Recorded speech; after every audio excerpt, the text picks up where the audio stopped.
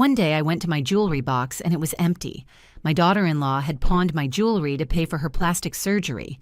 When I confronted her, she just smiled. I did not think she needed them. I looked at her and replied calmly, "I do not need jewelry, and I do not need parasites like you." She turned pale in a second, just like that, without warning.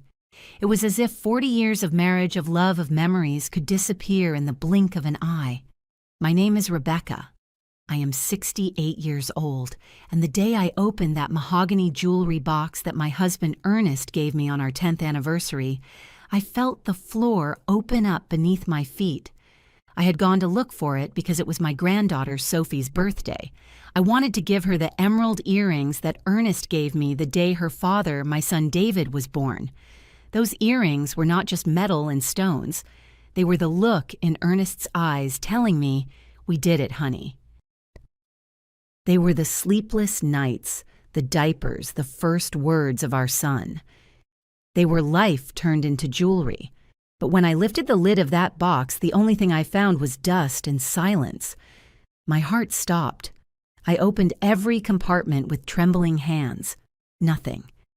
I checked the bottom drawer where I kept my mother's pearl necklace. Empty. The gold bracelet that Ernest put on my wrist on our wedding day. Gone. The rings. The chains. Everything. Everything had vanished into thin air. $15,000 worth of jewelry, but it was not about the money. It was about Ernest. It was about my mother. It was about every happy moment those pieces represented. It was about my history, my life turned into nothing but air. I sat on the bed with the empty jewelry box on my lap, and I could not even cry. The shock was too great. I could only think, who would do this to me? I had lived alone in this house since Ernest died 3 years ago. Well, not exactly alone. David, my only son, had moved in with his wife Valerie 2 years ago. "To take care of you, Mom," he told me, "so you won't be alone." How ironic does that phrase sound now, Valerie? 32 years old, perfect smile, nails always impeccable, designer clothes.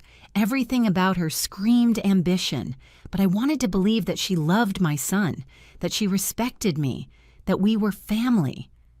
I stood up slowly and walked down the stairs. I heard voices in the living room. Valerie was laughing, that kind of high-pitched artificial laugh that made even the plants nervous. I walked into the living room with the jewelry box in my hands. She was sitting on the sofa looking at something on her cell phone. When she saw me, she did not even look up. "Valerie," I said with a calm I did not feel, "I need to speak with you." She sighed as if I were an annoying fly. Now what Rebecca? She never called me Mom or Mrs. Higgins. Never. Always Rebecca. As if we were co-workers. As if I were not the mother of the man she slept with every night. "My jewelry," I said, showing her the empty box.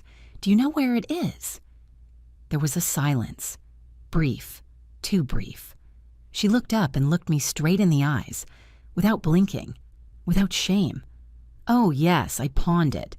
3 words like someone saying, "I went to the grocery store," as if she had just confessed to drinking a glass of water. What? I could barely articulate the word.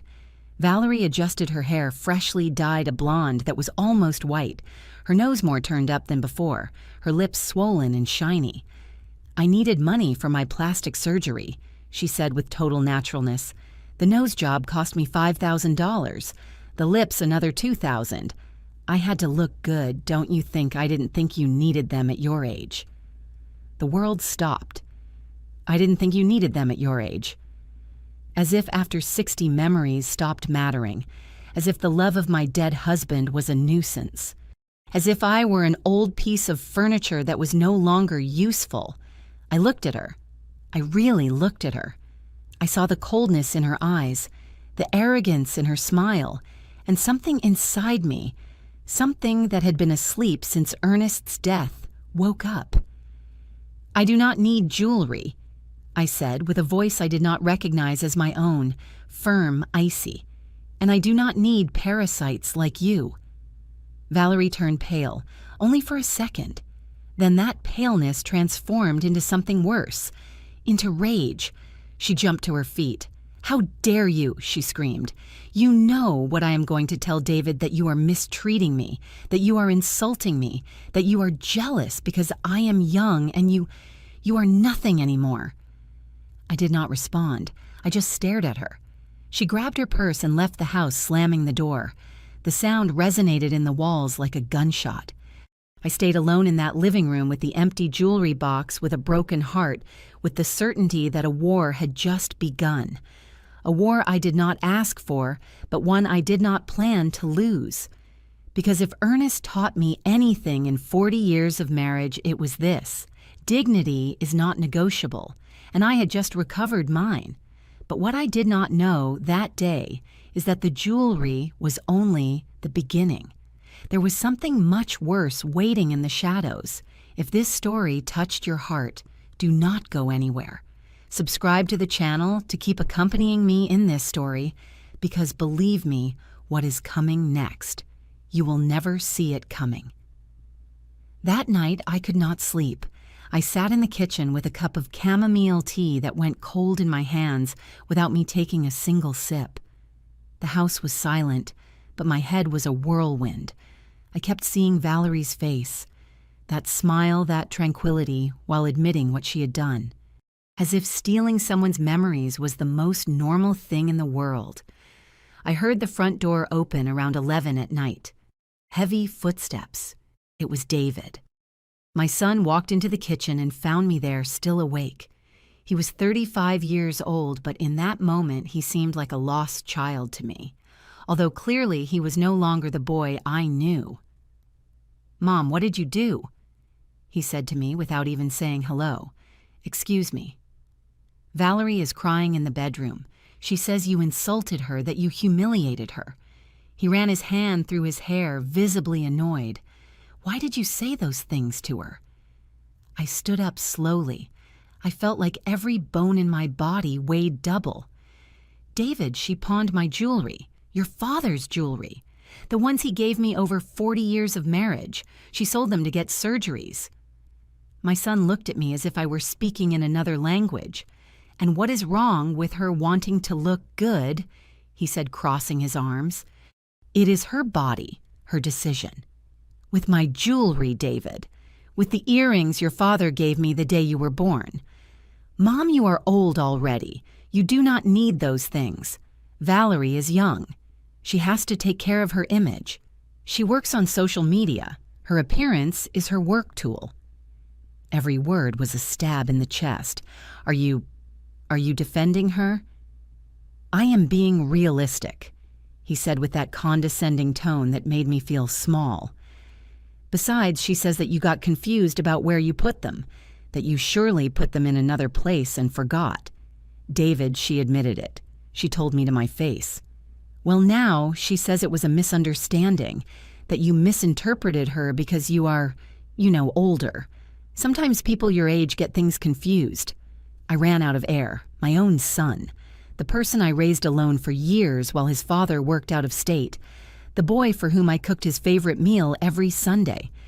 The young man for whom I paid for college by selling my piano. That same son was now telling me that I was senile. "I am not confused," I said, trying to keep my voice steady, "and I am not going to allow you to make me feel crazy." David sighed as if I were a burden. "Look, Mom, I do not want to fight. Just try to get along with Valerie, okay? She is my wife. I love her. And if I have to choose—" He did not finish the sentence.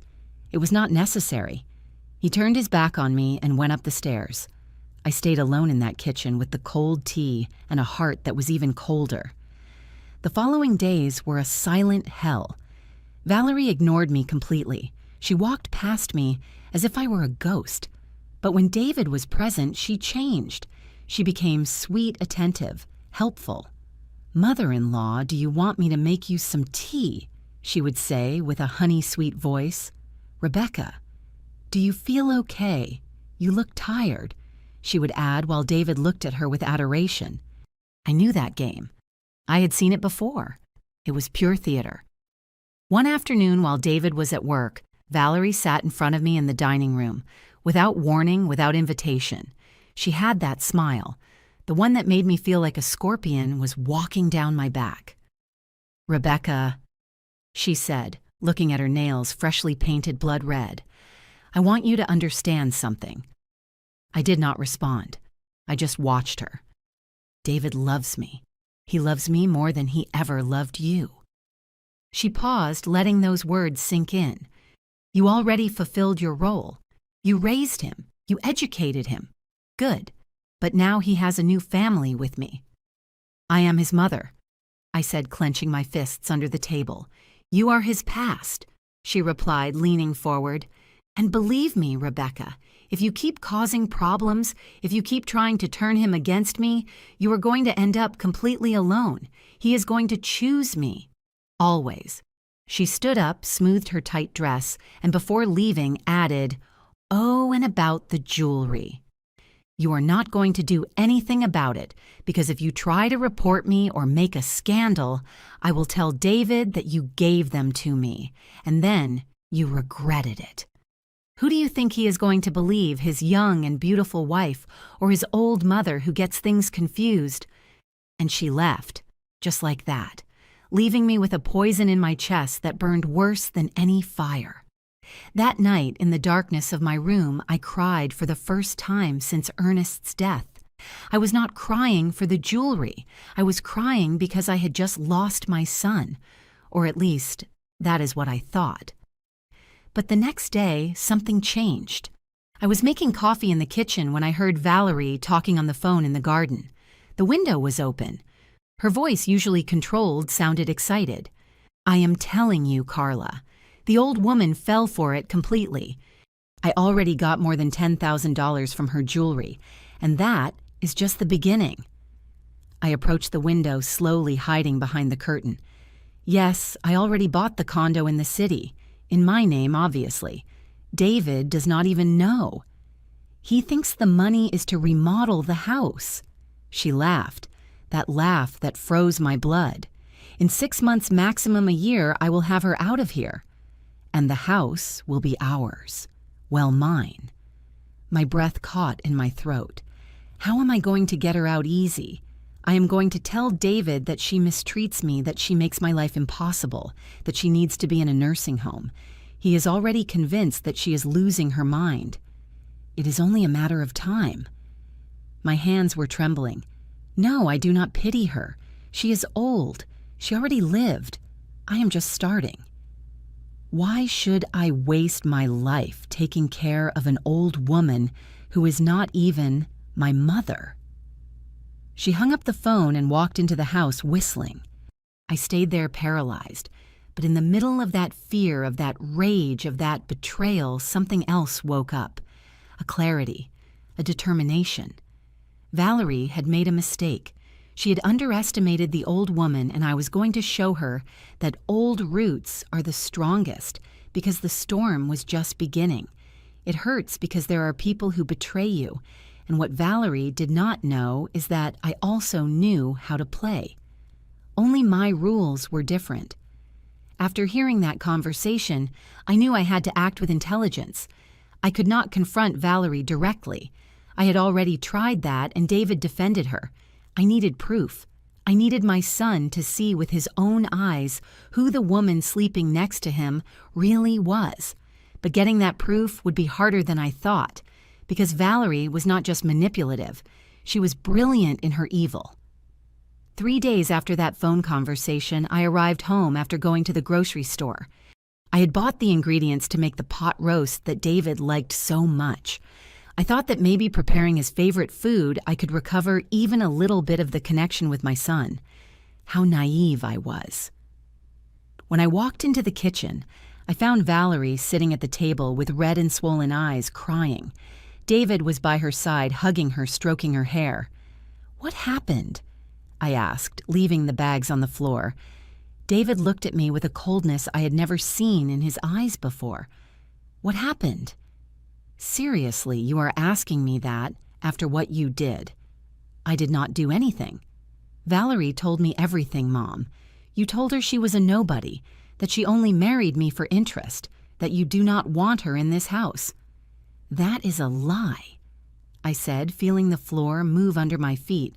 "I never—" "Stop lying," David shouted. He had never shouted at me like that. "She is destroyed. She cannot sleep. She cannot eat. All because you treat her like garbage." Valerie was sobbing in the background, covering her face with her hands. But between her fingers, I managed to see something, a glint in her eyes. It was not sadness. It was satisfaction. She was acting, and my son was swallowing every word. "David, listen to me," I said, trying to keep calm. "She is lying. I did not tell her any of that." "Then why would she cry? Why would she invent something like that?" "Because she wants to push you away from me, because—" "Enough," he interrupted me. "It is always the same with you. You never accepted Valerie. Since the day we got married, you have tried to sabotage our relationship." "That is not true." "No." He walked closer to me, and I could see the pain on his face, pain that she had planted. "Mom Valerie is my wife, the person I am going to spend the rest of my life with. If you cannot accept her, then—" He left the phrase in the air, but I completed it in my head. "Then there is no place for you here anymore." Valerie stood up slowly, wiping away her fake tears. "It is okay, my love," she said with a broken voice. "I do not want to cause problems between your mom and you. Maybe she is right not to love me. I am a stranger in her house." "You are not a stranger," David said, hugging her. "This is your house, too." She looked at me over my son's shoulder, and in that moment I saw the full truth, the small smile almost imperceptible that appeared on her lips. She had won, again, and I stood there watching my son turn into a puppet in her hands. That night, David knocked on my bedroom door. He entered without waiting for an answer and sat on the edge of my bed. I was lying down, looking at the ceiling, trying to find strength somewhere. "Mom," he said with a softer tone, "we need to talk." I sat up, adjusting my robe. "I am listening. I think we should go get you checked out, with a doctor." My heart stopped. "Excuse me. You have been forgetting things. The jewelry thing. The accusations against Valerie." He paused, looking at his hands. "Dad died 3 years ago. I know it has been hard for you, and at your age, it is normal that what David—" I interrupted him. "That I am losing my mind. I am not saying it in a bad way, Mom. Just, I want you to be well, to be taken care of like you deserve. I am perfectly fine." "Then why do you invent stories about Valerie? Why don't you remember where you put your jewelry?" "I did not forget them. She pawned them." "I told you." David sighed as if he were dealing with a stubborn child. "Mom Valerie showed me the receipts for her surgeries. She paid for them with her savings, with the money she earned working as an influencer. She did not need your jewelry." "She's lying. Or you are confused," he said, standing up. "And that scares me, Mom. It scares me a lot." He left the room, closing the door softly. I stayed alone in the darkness. And for the first time in my life, I felt something I had never felt. Total powerlessness. The following days were worse. Valerie intensified her strategy. Every time David was around, she was the perfect daughter-in-law. She asked me if I had taken my medicine, if I had eaten well, if I needed help getting down the stairs, all with that sweet voice, worried. And every time we were alone, she shot me looks full of poison. One afternoon, while David was working in his office, Valerie sat in front of me in the living room.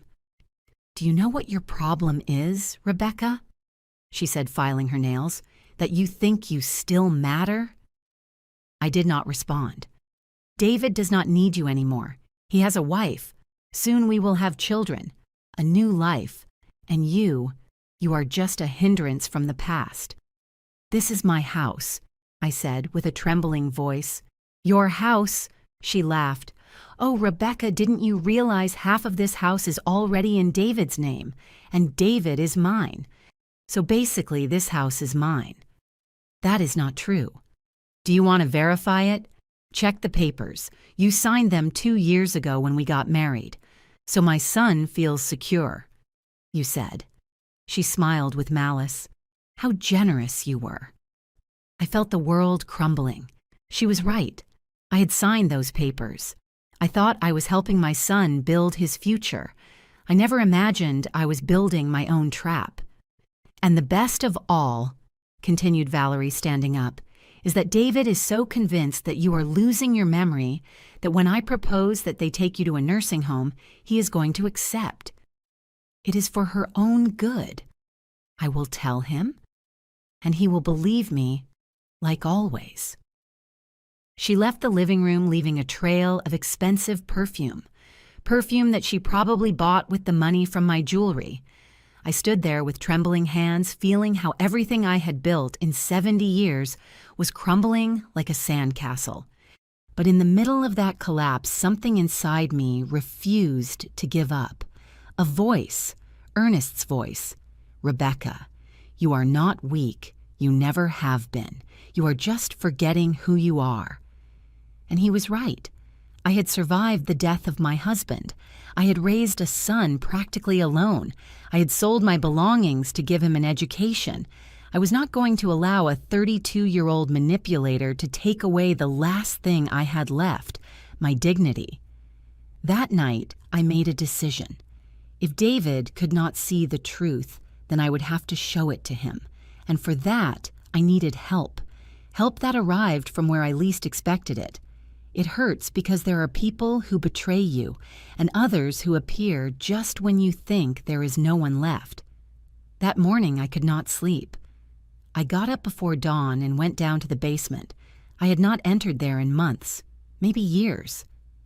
Dust covered the old boxes, the suitcases that held memories that no one wanted to see anymore. But I did want to see them. I needed to remember who I was before becoming this scared woman cornered in her own house. I opened the box. Inside, photographs. So many photographs. There I was, 25 years old on my wedding day. The white dress my mother sewed by hand over 3 months. Ernest by my side, so young, so full of dreams. His eyes shone as if he had just discovered a treasure. And in a way, that is how we felt. Like two treasures that had found each other. I kept looking. Photos of baby David, his first day of school, his graduation. Each image was a pang in my chest, because that boy with the huge smile and curious eyes did not exist anymore. Or maybe he did exist, but he was buried under Valerie's lies. I found a smaller box. I opened it carefully. Inside, letters. Dozens of letters that Ernest wrote to me during the years he worked out of state. 6 years apart to be able to give David a better life. 6 years in which I raised our son alone. I took one of the letters and read it. The ink was faded, but the words were still alive. Rebecca, love of my life. Today David turns 4 years old and I am not there. It hurts my soul. But everything I do, every extra hour I work, every sacrifice is so that he has what we did not have, so that he can study, so that he never lacks anything. You are the strongest woman I know. I know you are being mother and father at the same time, and that is why I love you more every day. The tears fell on the yellowed paper. Where was that boy for whom we sacrificed so much? Where was the man who was supposed to honor those sacrifices? I stayed there in that cold basement until the sun began to sneak through the small window. And then I remembered. I remembered the day David was 12 years old and got sick with pneumonia. We did not have money for the private hospital. Ernest was still working away from home. I sold my piano. The piano my father had given me when I turned 15. The only instrument that connected me to him after his death. I sold it for $1,000. And with that money, I paid for the treatment that saved my son. I never told him. I never told him that my music, my only escape, I sacrificed it for him. I also remembered when David was 18 and wanted to study engineering at a private college. The tuition was $2,500 a semester. Ernest and I did not have that money, so I worked double shifts. I gave Spanish lessons in the mornings and cleaned houses in the afternoons. For 4 years, my knees began to hurt. My hands filled with calluses. My back became a constant source of pain. But David graduated with honors. And the day of his graduation, when he went up on stage to receive his degree, I cried. Not from pain, from pride. It was all worth it, I thought. How wrong I was. I came up from the basement with trembling legs and a heavy heart. I walked into the kitchen and put on coffee. The aroma filled the house. That aroma Ernest loved. The smell of a new day, he always said. I sat by the window and looked at the garden Ernest planted with his own hands, the rose bushes he tended every Sunday, the lemon tree from which fruit still fell every season. Everything here was Ernest. Everything was us. And Valerie wanted to erase it. She'd already changed the pictures on the walls. She replaced our family photos with giant mirrors and abstract paintings that meant nothing. She threw out the curtains I embroidered myself and put up metal blinds. She painted the walls dark gray, when before they were a warm yellow that filled the house with light. She was eliminating every trace of the life we built, and the worst part, David let her do it. I heard footsteps on the stairs. It was David getting ready to go to work. He walked into the kitchen, looked for a mug, poured himself coffee. He did not even look at me.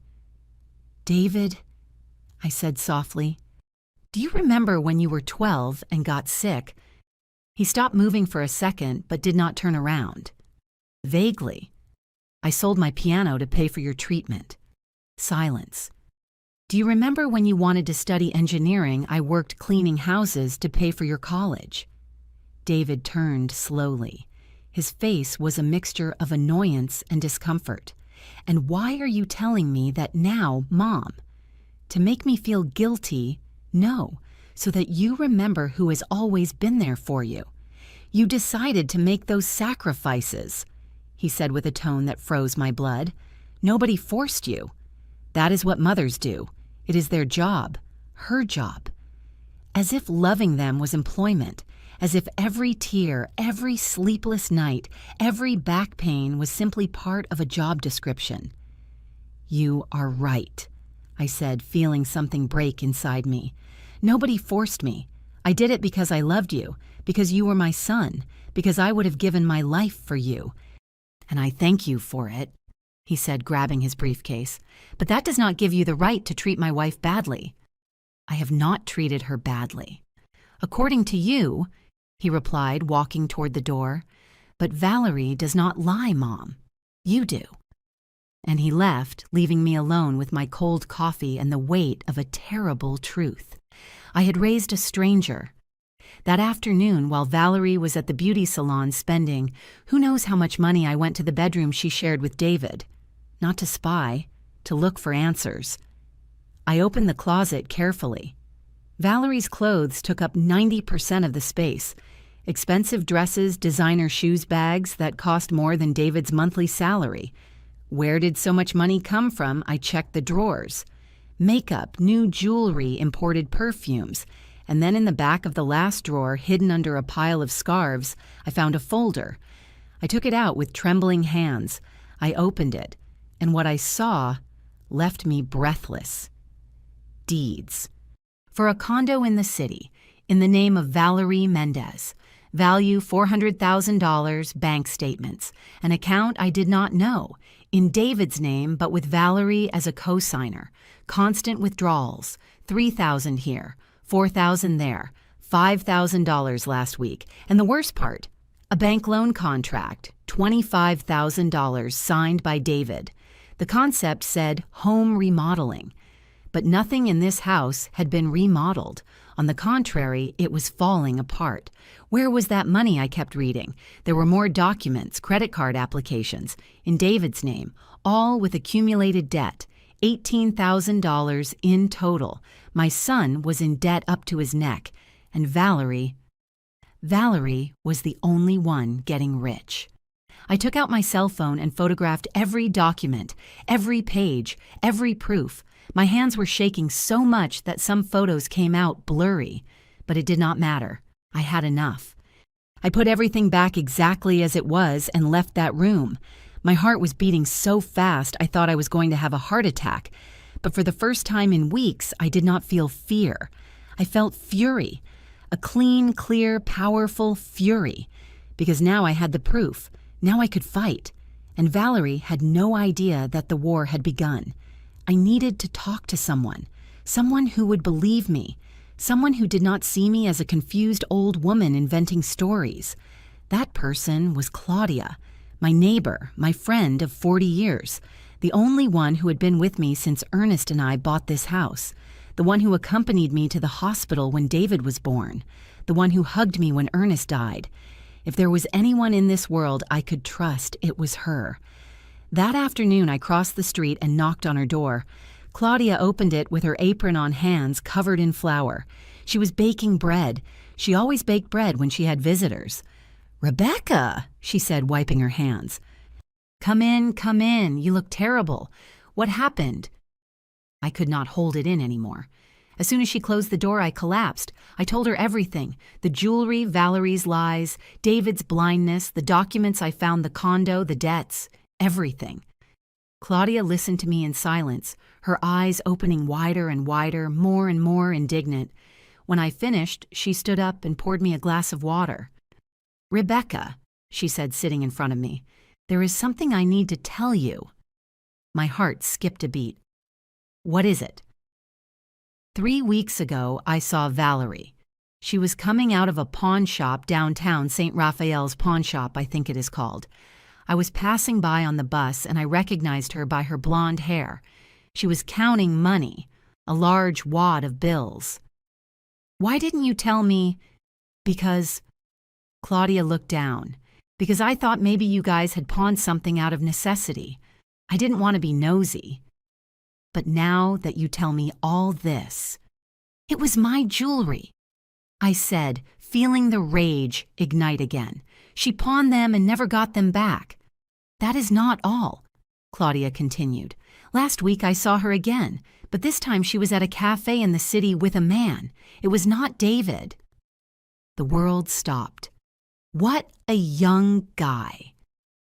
Well dressed, he was carrying a briefcase. They seemed to be signing papers. Claudia paused. "Rebecca, I know it sounds like neighborhood gossip, but I swear it is true. And there is more.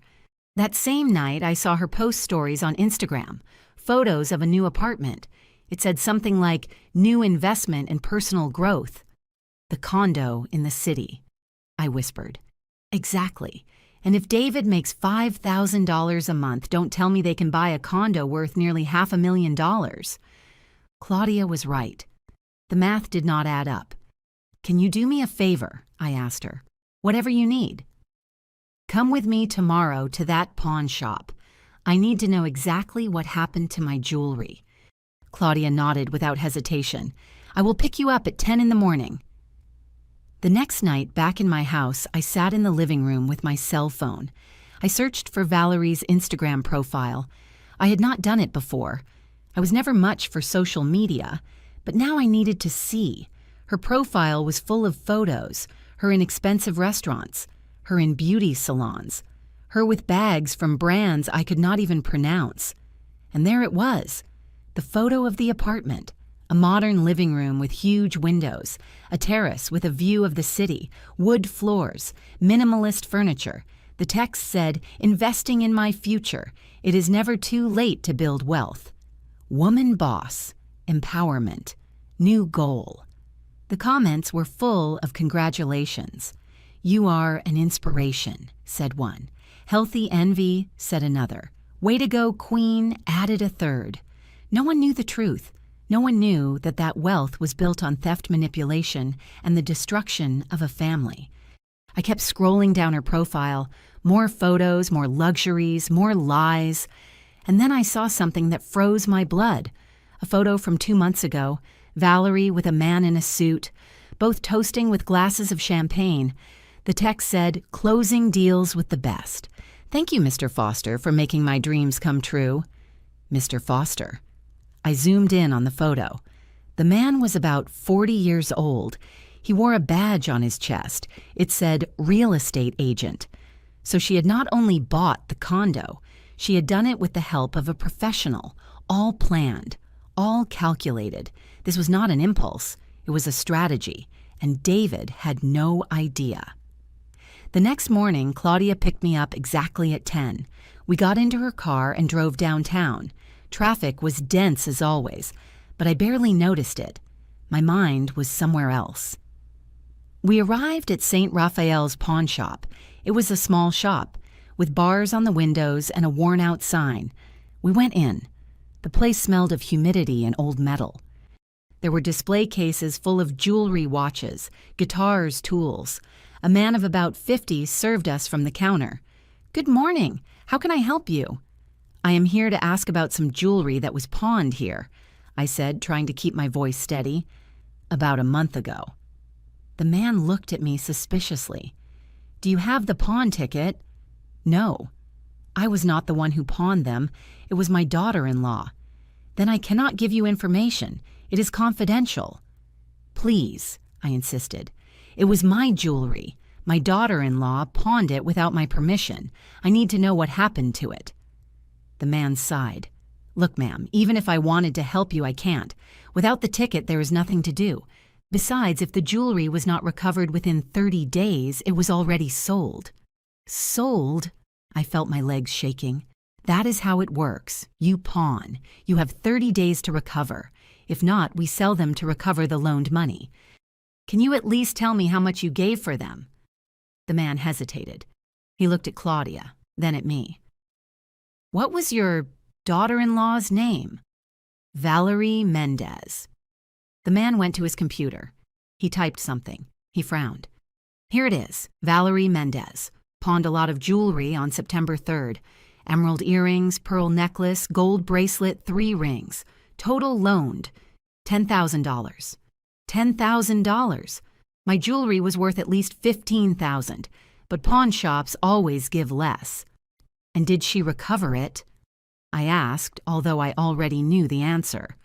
"No. The deadline expired on October 3rd. We sold them on the 5th for $12,000. "To whom?" "I cannot tell you that." "Please," I begged. "They were my mother's, my late husband's. They have a sentimental value that is priceless." The man looked at me with something resembling pity. "I am sorry, ma'am, truly, but they are gone. They are gone." We left that place empty-handed, but not completely empty-handed, because now I had confirmation, real proof of what Valerie had done. Claudia hugged me in the street while people passed around us without even looking at us. "Rebecca, you have to do something. You cannot let her get away with it." "I know," I said, wiping away the tears. "But I need more than this. I need David to see it, to understand it. Because if I confront her now, she is going to invent another lie, and he is going to believe her. Then what are you going to do?" I looked toward the sky. The clouds were moving fast as if they were in a hurry to get somewhere. "I am going to be patient. I am going to gather every proof, every lie, every theft. And when I have everything, I am going to put it in front of his eyes in a way that he cannot deny it. And if even then he does not believe you, then I will have lost my son," I said, feeling the weight of those words. "But at least I will not have lost my dignity." Claudia nodded. "Count on me for whatever you need." And in that moment, I knew I was not alone. That even though David had abandoned me, even though Valerie was destroying me, there were still people who loved me, people who believed in me, and that was enough to keep fighting. Because sometimes the biggest battle is not against the enemy outside, but against the pain inside. The following days, I acted as if nothing had happened. I got up early. I made breakfast. I cleaned the house. I smiled when David spoke to me. I nodded when Valerie made her poisoned comments. On the outside, I was the same Rebecca as always. On the inside, I was a woman on a mission because I had learned something important. Silence is a weapon, and I knew how to use it. I began to observe. Valerie had very specific routines. Every Tuesday and Thursday, she went to the gym from 9 to 11 in the morning. On Wednesdays, she had an appointment at the beauty salon at 2 in the afternoon. On Fridays, she went out with her friends and did not return until 11 at night. David worked from 8 in the morning to 7 in the evening, sometimes later. That gave me windows, moments when I could search without being discovered.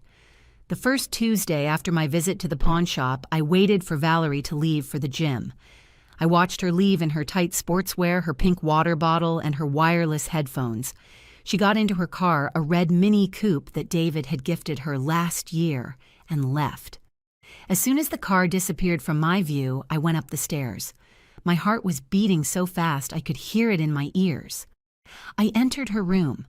I had 2 hours, maybe 2.5 hours if she stayed to have a coffee after the gym as she usually did. I went straight to the closet. This time, I did not just open the drawers. I emptied them, carefully, photographing the position of everything to leave it exactly as it was. I found more documents hidden in shoeboxes. Receipts from jewelry stores. Valerie had bought a Cartier watch for $6,000, diamond earrings for $4,000, a white gold bracelet for $3,000, all paid in cash. Where did so much cash come from? I kept looking. In the back of the closet, behind some suitcases, I found a small metal box. It was locked with a padlock. I tried to open it. I could not. I needed the key. I searched the whole room. In the drawers of the nightstand, in the bathroom, nothing. And then I remembered. Valerie always carried her purse, a black Prada bag that she never left anywhere. The key must be there. On Wednesday, while Valerie was at the beauty salon, I went back to her room. This time I searched in different places. Under the mattress, behind the paintings, inside the decorative books she had on the dresser and that I was sure she had never read.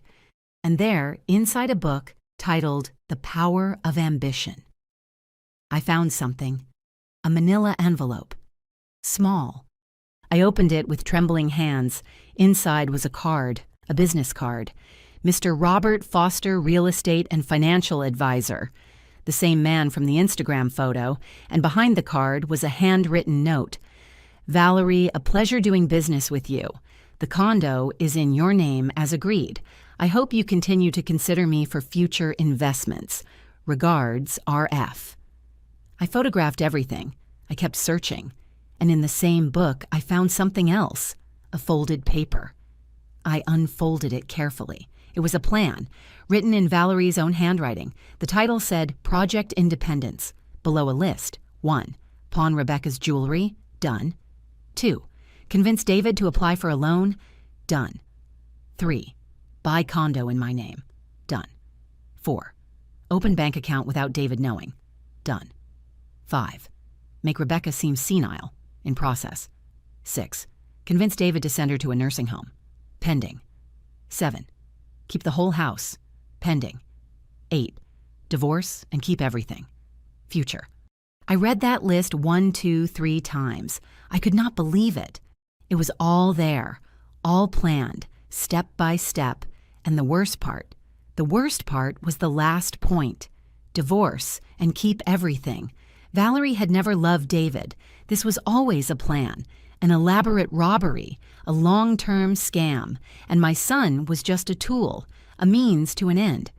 I photographed that paper from every possible angle, making sure every word was legible. My cell phone was shaking in my hands, but not from fear, from rage. On Friday, Valerie went out with her friends.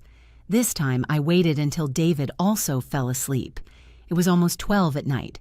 I went down the stairs in complete silence. I carried my cell phone with the flashlight on. I went to the living room, to the desk where Valerie used to work on her laptop. The laptop was closed. I tried to open it. It had a password. I tried dates, her birthday, David's birthday, our address. Nothing worked. But then I remembered something. Once I saw her type her password when she thought I was not looking. Queen 2025. I tried it, and the laptop opened. My heart was beating so fast I thought I was going to wake David. I went into her emails. There were hundreds, from stores, from banks, from her financial advisor. I opened the bank email account statements, and what I saw left me frozen. Valerie had a savings account in her name with $40,000. $40,000. I checked the transactions. Constant deposits. $2,000 here, $3,000 there, $5,000 last week. Where did so much money come from? I opened another email. This one from Mr. Foster. Valerie, as we discussed the second condo, is almost ready for purchase. I just need you to confirm the down payment amount. With what you already have saved, you should be able to pay it without a problem. Let me know when you have the liquid money. Second condo. She had not only bought one, she planned to buy another. And David knew nothing. I kept checking. I found a WhatsApp web chat open. It was a group of Valerie's friends. I started reading the messages. Girls, I almost made it. In 2 months, Max the old lady is out. And David, asked a friend, he is a fool. He believes everything I tell him. He is convinced his mom is losing her mind. When I propose the nursing home, he is going to accept. And then the house will be ours. Well, mine. David is just temporary. When I have the deeds in my name, I divorce him. I keep the house, the condos, everything, and he can go with his mom to the nursing home if he wants. The others laughed with emojis. You are a genius, wrote another. A queen added a third. I photographed every message, every conversation, every proof of her evil. My hands were trembling. Tears fell without me being able to control them. But they were not tears of sadness. They were tears of pure fury. I closed the laptop exactly as it was. I went up to my room and locked myself in. I reviewed all the photos I had taken. There were more than 100. Concrete, irrefutable proof. Now I had everything I needed. Valerie's plan written in her own handwriting, the bank statements showing her true financial situation, the messages where she admitted her intentions, the documents for the condo, the receipts from the pawn shop, everything. But I could not act yet, because if I did it now without preparation, Valerie would find a way to get away with it, to convince David that I had manipulated the evidence, that I was inventing everything. I needed professional help. I needed someone who knew about laws, who understood fraud, who could present this in a way that David had no other option but to see the truth. And I knew exactly the right person. The next day, Saturday morning, I told David I was going to church. I was not going to church. I was going to the office of Mr. Henderson, Ernest's lawyer, his lifelong friend, the man who drafted our will years ago. If anyone could help me, it was him. I knocked on his office door, an old but elegant building downtown. His secretary showed me in. Mr. Henderson was 72 years old, white hair, thick glasses, but his eyes were still sharp like an eagle's. "Rebecca," he said, standing up to greet me. "What a surprise. How are you?" "I need your help, Mr. Henderson," I said bluntly. "Someone is trying to rob me, and that someone is my son's wife." I sat down and told him everything, every detail, every piece of proof. I showed him the photographs on my cell phone. Mr. Henderson reviewed them in silence. His expression became more serious with every image.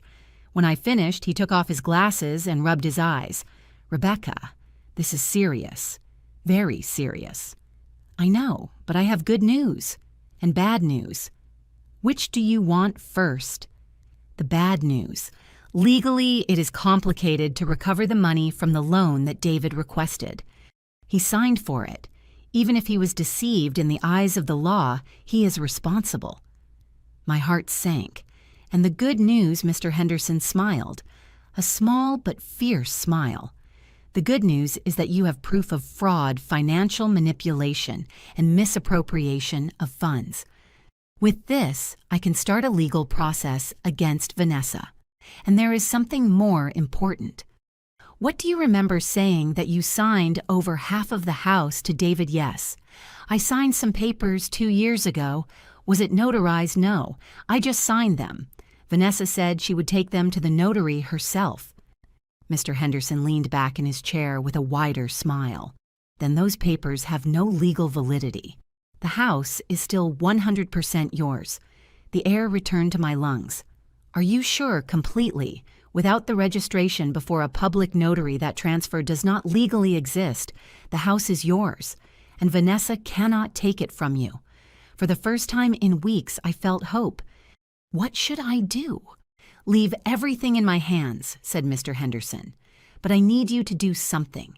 Gather your family, David and Vanessa. Host a dinner. Invite people you trust. And I will be there, with all the evidence. We are going to put the cards on the table, once and for all. And what if David does not believe me? Mr. Henderson took my hand. Rachel, your son is not stupid. He is being manipulated. But when he sees the proof, when he hears the facts from the mouth of a lawyer, he will understand. And if he does not do it, then at least you will have fought, with dignity, with truth. I left that office with something I had not felt in a long time: power. Because justice does not always arrive on its own. Sometimes you have to go out and find it. 3 days passed since my meeting with Mr. Henderson. 3 days in which I acted with normality. I prepared meals. I cleaned. I smiled. 3 days in which Vanessa had no idea that her world was about to collapse. But she was also preparing something I did not see coming. It was Tuesday afternoon. I was in the garden watering Ernest's plants, the rose bushes he took care of so much, the jasmine that perfumed the whole house when it bloomed. I heard voices inside the house, loud voices, arguing. I dropped the hose and went inside.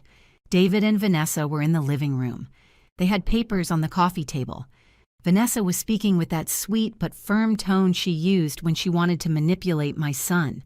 Honey, it is for the best. She can no longer take care of herself alone. She's going to get hurt.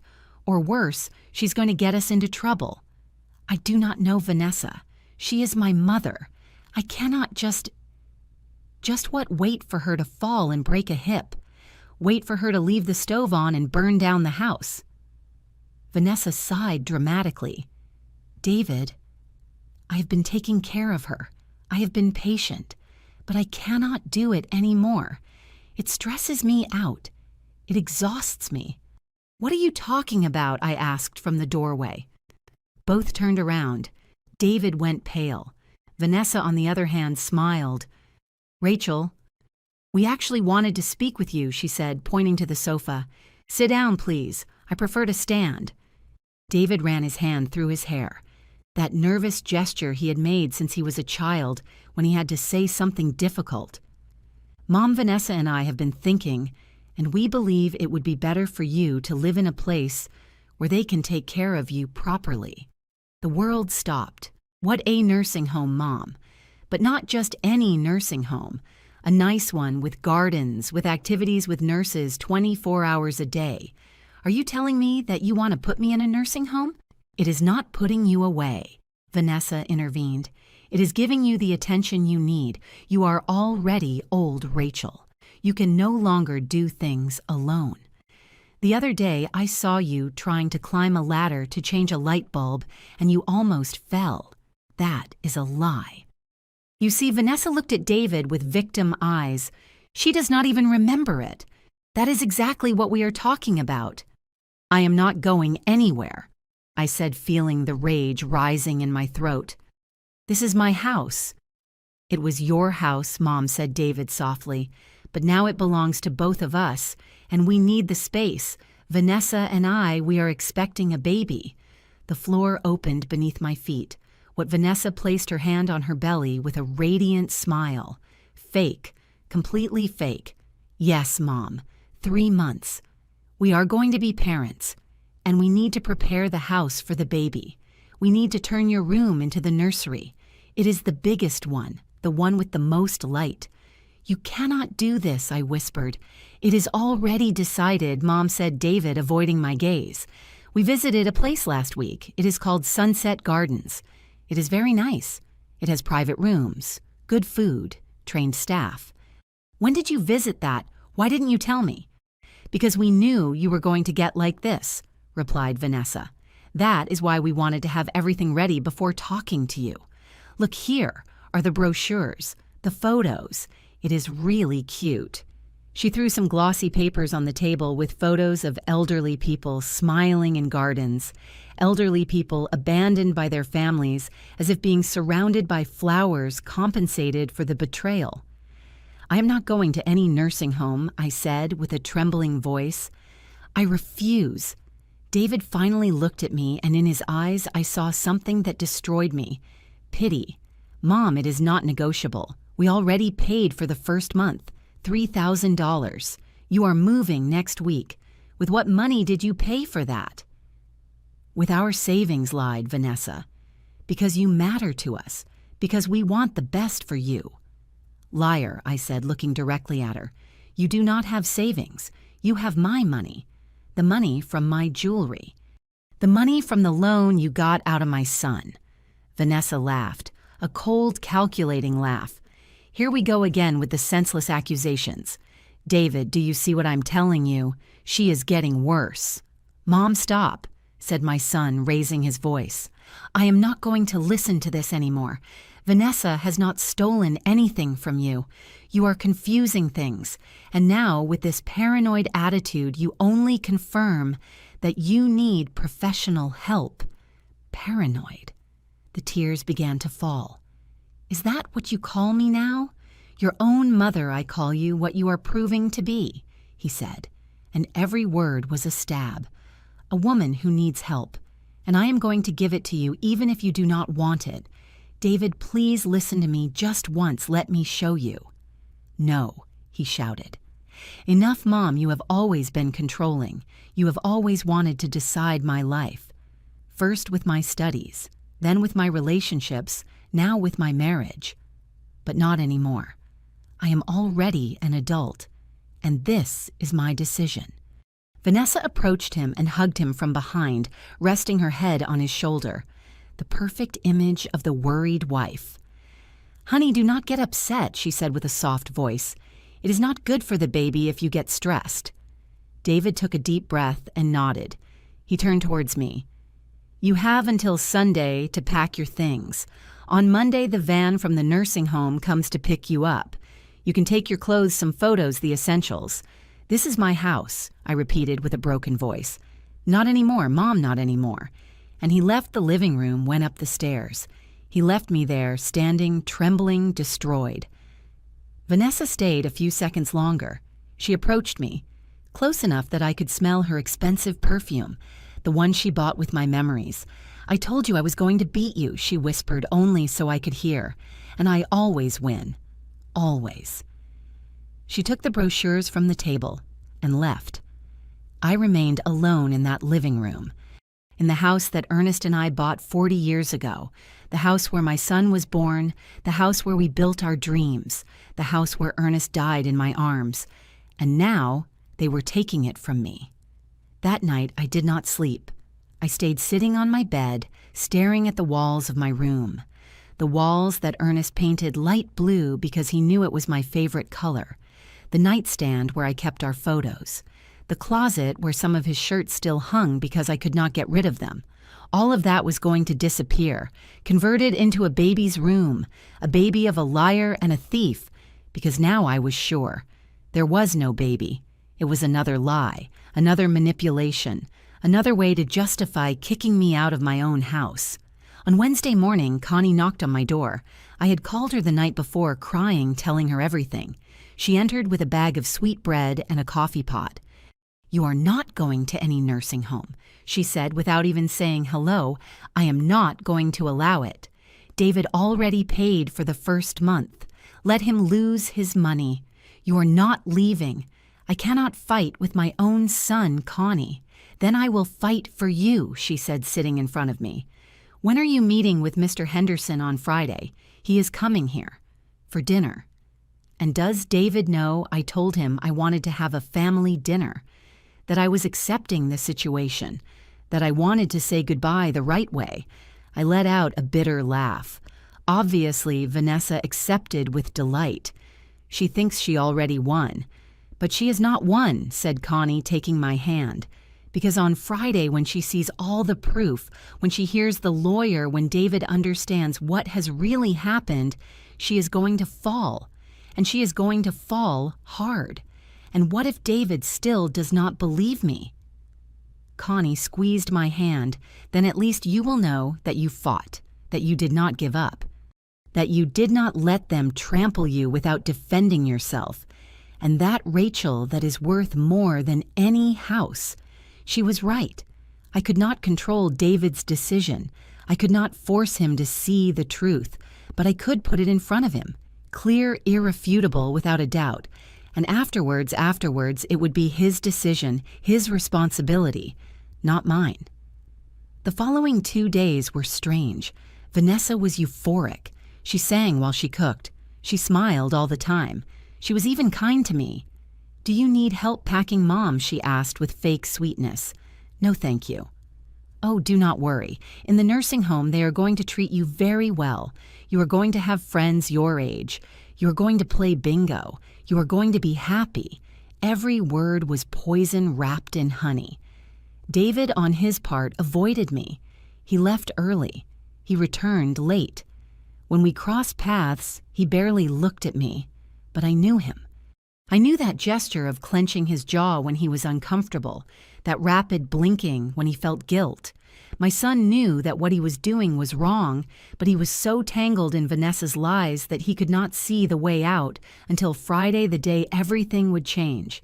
Because the truth always arrives, sometimes late, sometimes painfully, but it always arrives. Friday morning, I got up earlier than usual. It was 5 a.m, and outside, it was still dark, but I could not sleep. My mind went over every detail of the plan, every word I would say, every piece of evidence I would show. Today was the day Vanessa would discover that she had underestimated the wrong woman. I spent the whole morning preparing dinner. I made Ernest's famous pot roast, the one that took 5 hours to prepare, the one my husband said was the best in the world. I prepared mashed potatoes, green bean casserole, homemade biscuits, and for dessert, apple pie, David's favorite when he was a boy. Vanessa entered the kitchen mid-morning, yawning. She was wearing an expensive silk robe and slippers with rhinestones. "What is all the fuss for?" she asked, pouring herself coffee. "It is my last dinner in this house," I said, without turning to look at her. "I want it to be special." "How cute," she said with sarcasm. "Although it is a waste, you should be packing, not cooking. I already packed what is necessary." "Oh, really? And what are you going to take? Because you can only take 1 suitcase to the nursing home. Those are the rules." "I know I lied. I am only taking clothes and some photos." Vanessa smiled, satisfied. "Very well. That way, it is easier for everyone." "Oh, and do not worry about the furniture in your room. David already hired people to take it out on Monday. We are going to paint everything white for the baby." "How many months did you say you were along?" 3, she replied, caressing her flat belly. "And do you have symptoms already?" "Nausea, dizziness, a little, but nothing serious. I am strong." "Of course you are." Vanessa looked at me with suspicion, as if something in my tone did not add up for her. "Why do you ask?" Simple curiosity, I said, stirring the gravy. "It is exciting. A baby, a new life." She narrowed her eyes. "Are you finally accepting the situation? I no longer have a choice, right?" I replied with a tired smile. "You two decided, and I just want my son to be happy." Vanessa relaxed. She smiled again. "I am glad you finally understand, Rachel. Really, this is the best for everyone." She left the kitchen, and I heard her going up the stairs, probably to brag on Instagram about her new family phase. I kept cooking calm, serene, because I knew something she did not know, that silence is more powerful than any scream. At 3 p.m, the doorbell rang. It was Mr. Henderson. He arrived with a leather briefcase and an impeccable suit. Despite his 72 years, he looked imposing, like a general prepared for battle.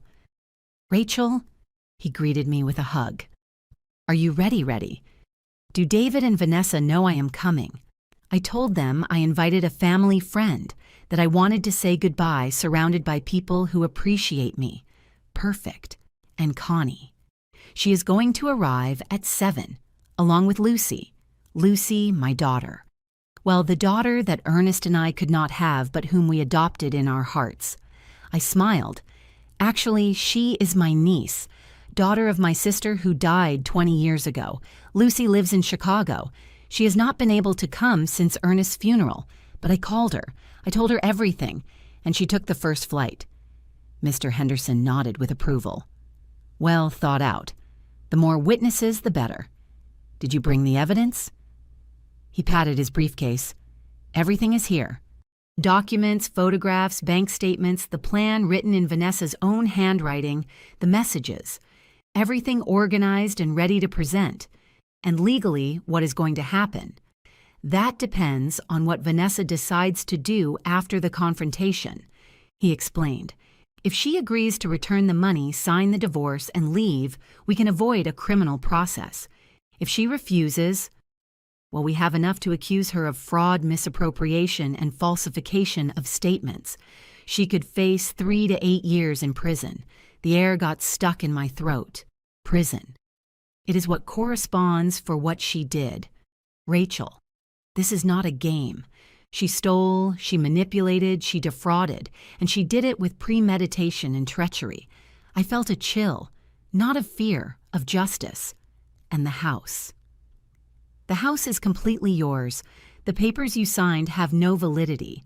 David has no legal right over it, and Vanessa much less. And the baby, Mr. Henderson, looked at me with compassion. Rachel, I do not think there is any baby, me neither. But if there is, that does not change anything legally. A pregnancy does not justify fraud or theft. I nodded. He was right. And David is a victim too.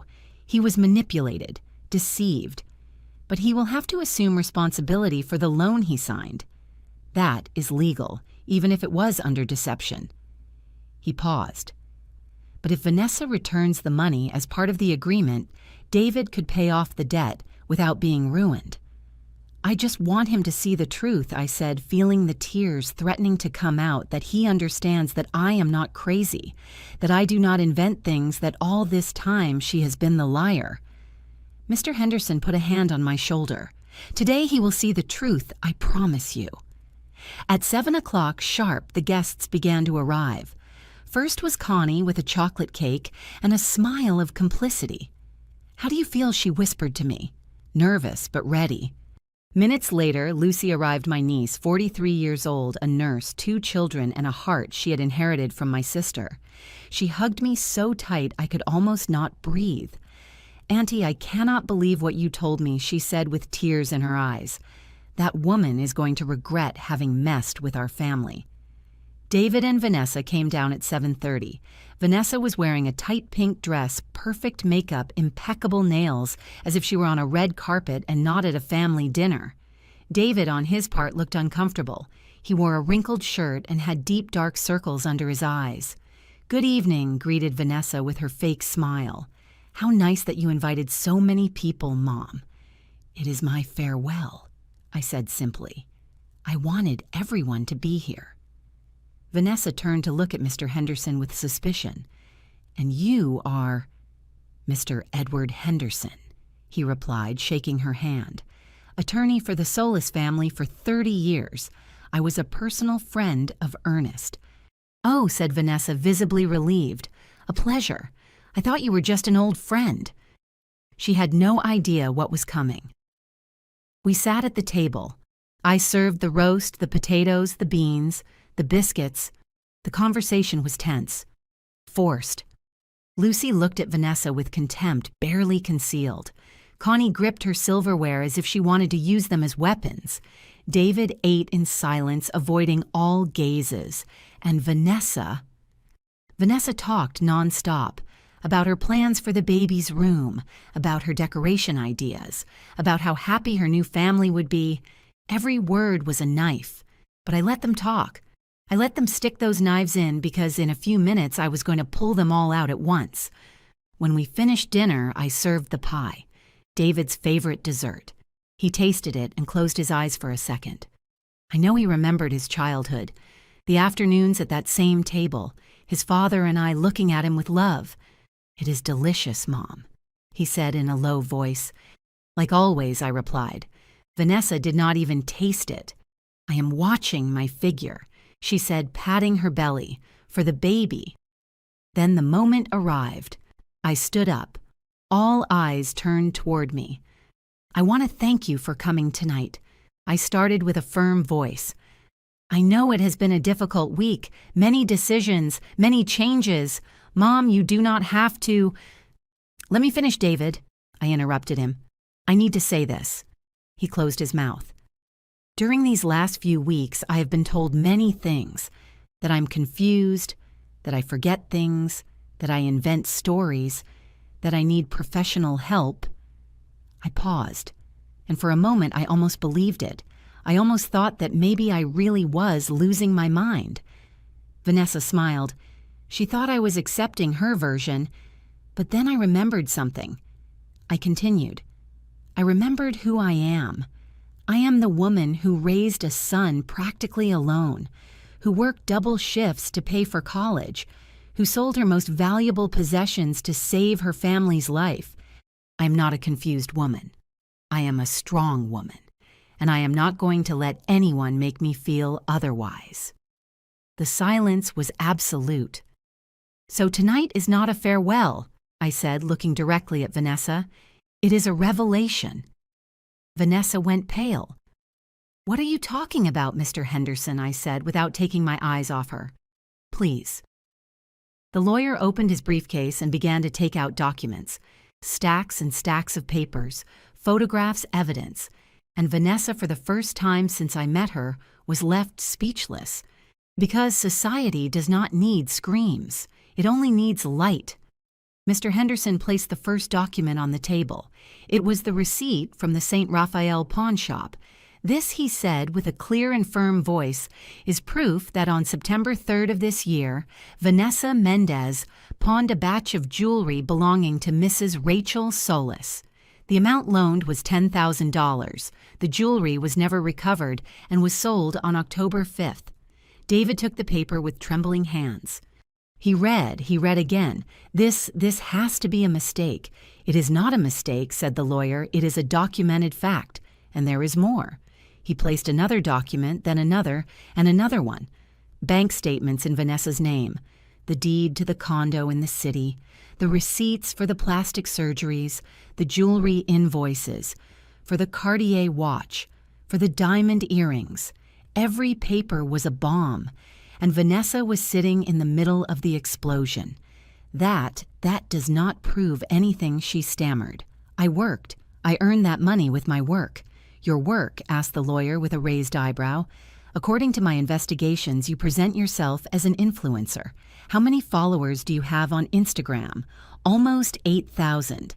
8,000 followers do not generate the income necessary to buy a condo worth $200,000, said the lawyer. Nor to pay for surgeries costing $8,000, nor to buy jewelry worth more than $10,000. Unless you have another source of income. Vanessa jumped to her feet. This is ridiculous. It is an attack. David, say something. But David said nothing. He kept looking at the papers. His face had gone from white to green. The lawyer placed another document on the table. This time it was the bank loan contract. $20,000, he read aloud, requested in the name of David Solis on August 15th. Concept home renovation. He made a dramatic pause. Was any renovation done in this house? Mr. Solis David shook his head, unable to speak. Then where is that money? Silence. The lawyer took out another paper. This one was different, handwritten with Vanessa's handwriting. This, he said, putting it in the center of the table, is what I call the perfect confession. It was the plan Project Independence. David took it. His eyes scanned every line, every bullet point, every strategy described with chilling clarity. Pawn Rachel's jewelry. Done. Convince David to request loan. Done. Buy condo in my name. Done. Make Rachel look senile. In process. Convince David to send her to nursing home. Pending. Keep the whole house. Pending. Divorce and keep everything. Future. The paper fell from his hands. No, it cannot be, he whispered. It is your handwriting right, Vanessa?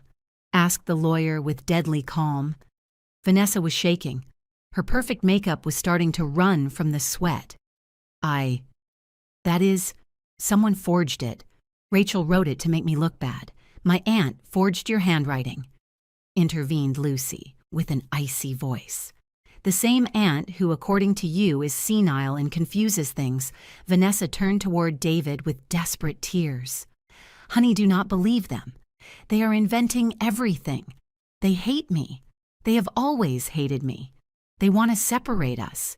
They want to destroy our family. Family. Connie stood up. You call this family you stole from a 68-year-old woman. You manipulated her son. You planned to put her in a nursing home to keep her house, and you still have the nerve to call it family. Shut up. You do not know anything. I know more than you think, replied Connie. I saw you leaving the pawn shop with the money. I saw you with your real estate agent. I saw you buying new jewelry with the stolen money. And I was there when Rachel cried in my kitchen because her own son did not believe her. Vanessa looked for another way out, another lie. David, please think of our baby, of our son. Are you going to let them destroy his mother? The lawyer took out one last document.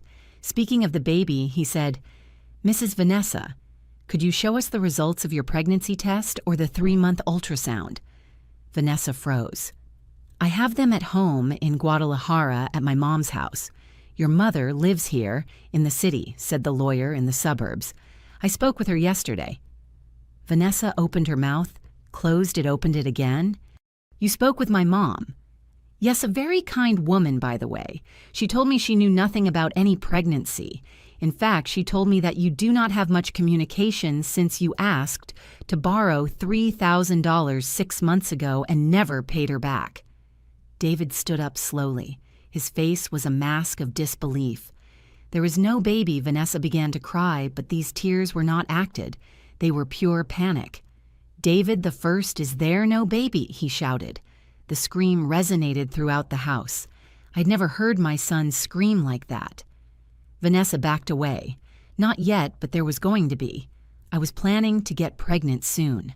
I just needed a little more time to what David was trembling, to finish robbing me, to kick my mother out of her house, to keep everything and then leave like your plan says.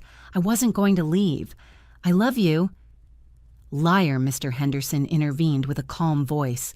Mrs. Vanessa, I also have copies of your WhatsApp conversations here. He took out several printed sheets, conversations where you tell your friends, and I quote textually, David is a fool. He believes everything I tell him. When I have the deed in my name, I divorce him and keep everything. He put the sheets in front of David.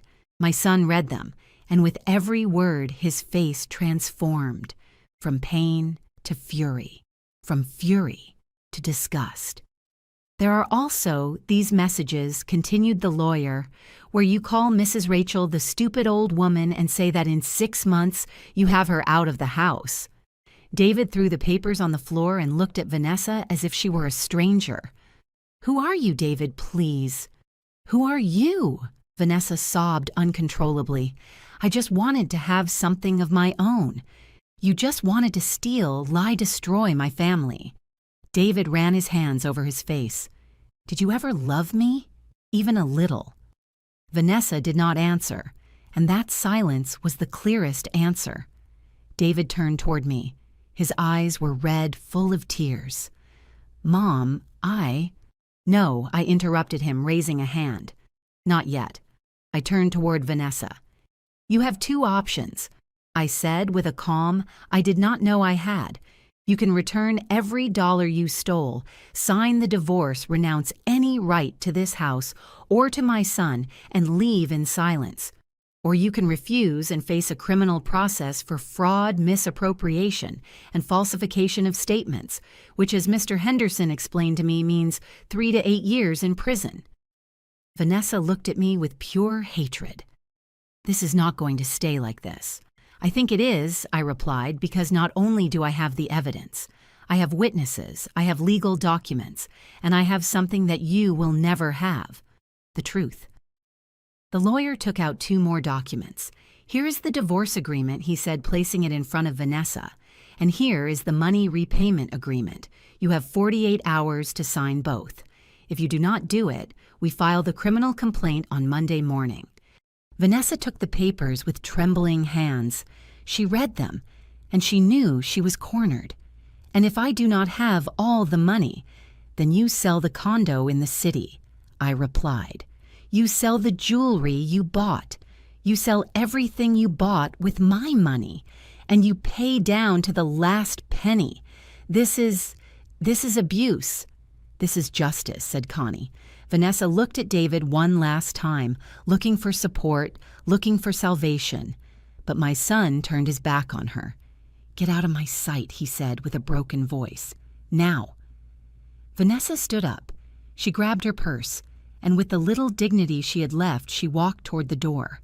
Before leaving, she turned toward me. This does not end here, Rachel. Yes, I replied. Yes, it ends. Now. And she closed the door behind her. The silence that followed was overwhelming. David let himself fall into a chair. He covered his face with his hands, and he cried. He cried like he had not done since his father's death. I wanted to hug him, console him. But I knew that first he needed to process everything. Lucy, Connie, and Mr. Henderson got up discreetly. We will call you tomorrow, said Connie, kissing my cheek. When they left, I approached my son. I knelt in front of him. I took his hands. David. He looked up. His eyes were destroyed. Mom, I am sorry. I am so sorry. I did not know. I did not see. I was so stupid. You were not stupid, I said gently. You were manipulated. There is a difference. I told you horrible things. I accused you. I did not believe you. I was going to put you in a nursing home. He broke down again. How can you even look at me? Because you are my son, I replied. And you always will be. Even if you make mistakes, even if you fall, you will always be my son. I do not deserve your forgiveness. Forgiveness is not something that is deserved, David. It is something that is given, and I give it to you. But on one condition. Which one? That you learn from this. That you never again let someone manipulate you like that. That you open your eyes. That you trust your family, because we are never going to betray you. David hugged me, tight like when he was a boy and had nightmares, and I hugged him back. Because despite all the pain, despite all the tears, despite everything we had lost, I had recovered something more valuable than any jewelry. I had recovered my son. Because true love is not destroyed with lies. It only hides waiting for the right moment to return. The following 2 days were a whirlwind. Vanessa did not appear on Saturday, nor on Sunday. But on Monday morning at 9 o'clock sharp, she knocked on the door. Lucy and Connie were with me. I was not going to face her alone. I opened the door. Vanessa looked different. Without makeup, hair pulled back in a simple ponytail, casual clothes, deep, dark circles. She was no longer the perfect woman from Instagram. She was just a defeated person. I came to sign, she said, without looking me in the eyes. We entered the living room. Mr. Henderson was already there, waiting with the documents. Vanessa sat down. She took the pen, and she signed. The divorce agreement, the money repayment agreement, the renunciation of any right to the house. Every signature was a nail in the coffin of her lies. The condo is all ready for sale, she said with a hollow voice. My agent says he can get a buyer in 2 weeks. The money will be transferred directly to David's account to pay off the loan. And the rest? Asked the lawyer. I sold the jewelry, the watch, everything. She took an envelope from her purse. Here is $10,000 in cash. It is all I could get for now. The lawyer counted the money meticulously.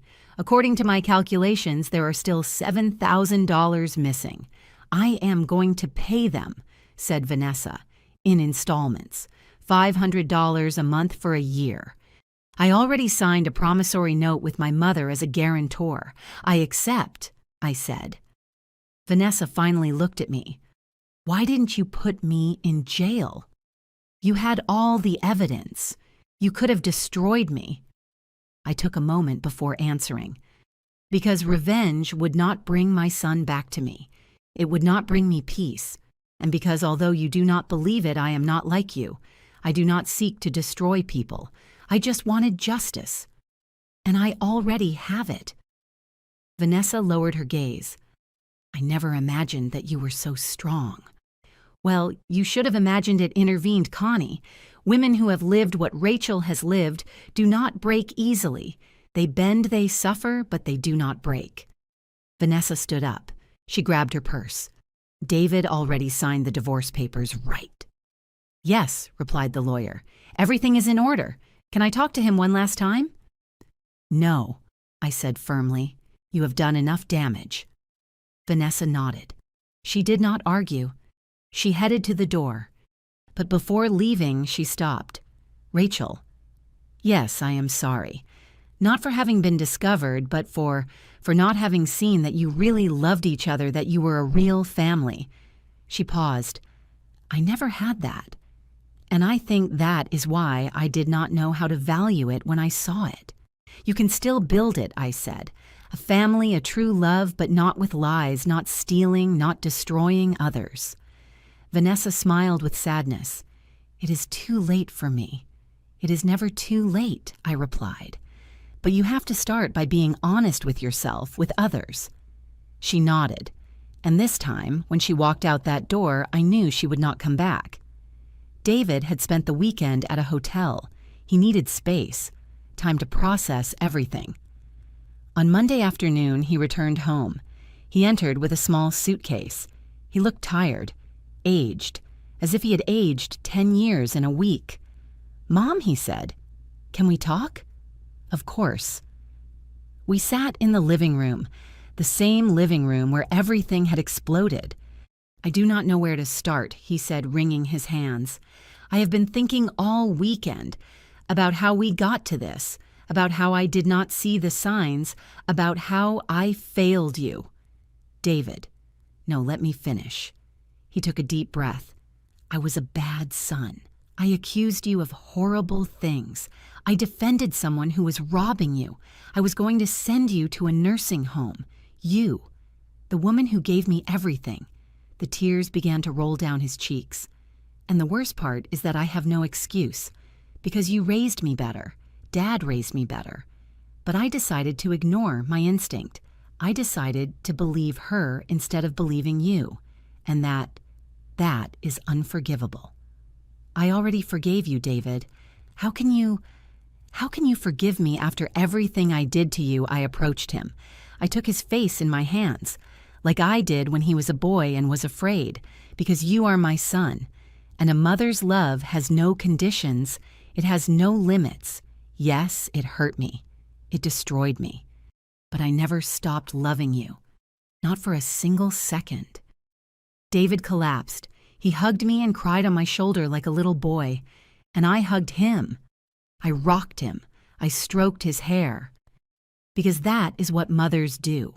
They forgive. They heal. They love without conditions. The following weeks were of reconstruction.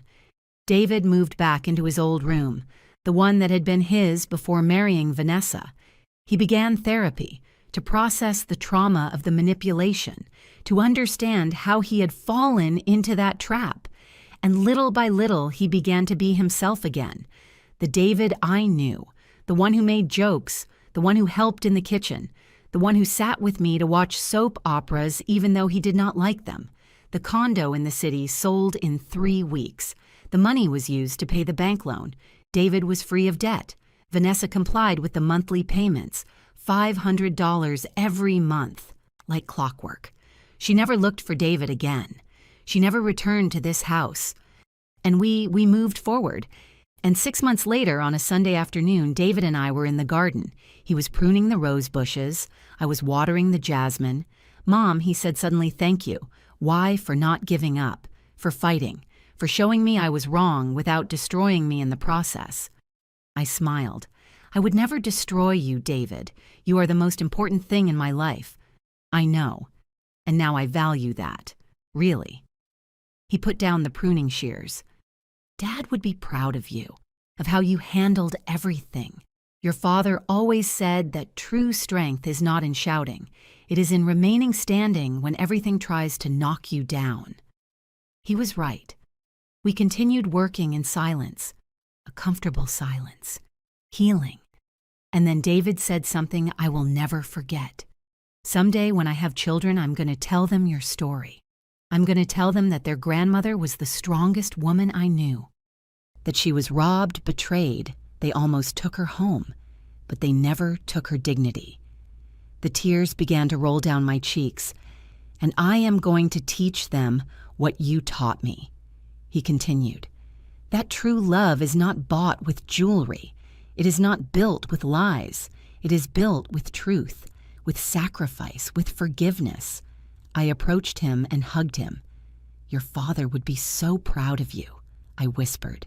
"I hope someday to be half the man he was and half the person that you are."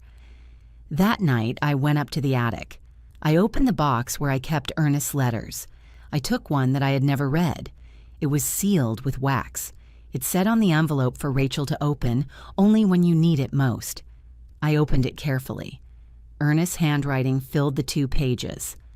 "My love, if you are reading this, it means that you find yourself in a difficult moment. It means that life put you through a hard test, and I know you are doubting, asking yourself if you have the strength to continue. Well, let me tell you something. You have it. You have always had it. You are the woman who left her career to raise our son, who worked until exhaustion to give him a future, who sold her piano, her music, her soul to save him. You are the woman who waited for me 6 years while I was away, who never complained, who never gave up. And if someone tries to make you believe that you are weak, that you are wrong, that you are not worth it, remember this. You are Rachel Solis, and in your name is your power. You are the remedy for any wound, the solution to any problem, the light in any darkness. You do not need jewelry to shine. You just need to be you. I love you. I have always loved you. And from wherever I am, I will continue taking care of you. Yours forever, Ernest. I folded the letter carefully and kept it in my heart. A year after all that life had found its balance, David met someone new, a woman named Patty, elementary school teacher, humble, simple, with a huge heart. The first time he brought her home, I prepared for the worst, for the warning signs, for the red flags. But Patty was none of that. She helped me wash the dishes without being asked. She sat with me to look at photo albums. She asked about Ernest. She listened to my stories with genuine attention. And when she left, she told David, "Your mom is incredible. She has a special light." That night, David came to my room. "What do you think of her? I think she's a good woman," I replied honestly. "But it does not matter what I think. It matters what you feel. I love her, Mom. But this time is different. This time I see things clearly, and I want you to be part of our relationship, that you tell me if you see something wrong. Because I trust your judgment. Because you have always known what is best for me." And in that moment, I knew that my son had learned the lesson. One afternoon while I was cleaning the attic, I found another forgotten box. I opened it with curiosity. Inside was a silver bracelet, simple, without adornments. It was the first piece of jewelry Ernest gave me when we were dating, when we had no money but we had all the love in the world. I put it on my wrist, and I realized something. I never needed the expensive jewelry. I never needed gold or diamonds or emeralds. I always had something more valuable. I had love. I had family. I had dignity. And that no one could take from me. Today, when I look back, I do not see a story of pain. I see a story of survival, of strength, of justice. Because there are people who will try to rob you, manipulate you, destroy you. But if you stand firm in your truth, if you do not allow them to take your essence, if you fight with dignity and not with revenge, then in the end you will always win. Not because you have more money, not because you have more power, but because you will have something that they will never have: peace. And so ends my story, not with a happy fairy tale ending, but with a real ending, with scars that became lessons, with pain that transformed into wisdom, with tears that watered a new garden. Because life is not always fair, but it always gives you the opportunity to choose who you want to be in the midst of injustice. And I chose to be strong. I chose to be dignified. I chose to be me, Rachel Solis, the woman who did not need jewelry to shine. She only needed to remember who she was. If this story touched your heart, if it made you feel something, leave me a comment telling me where you are watching from. Tell me if you have ever had to fight for your dignity, if you have ever been underestimated and had to prove your strength. Hit like if you believe that the truth always finds a way to come to light. And subscribe to the channel to keep listening to real-life stories. Stories of women who refuse to be defeated. Stories that remind us that it is never too late to recover what is ours. Because true wealth is not in what you possess, but in what you do not allow them to take away. Thank you for joining me until the end. See you in the next story.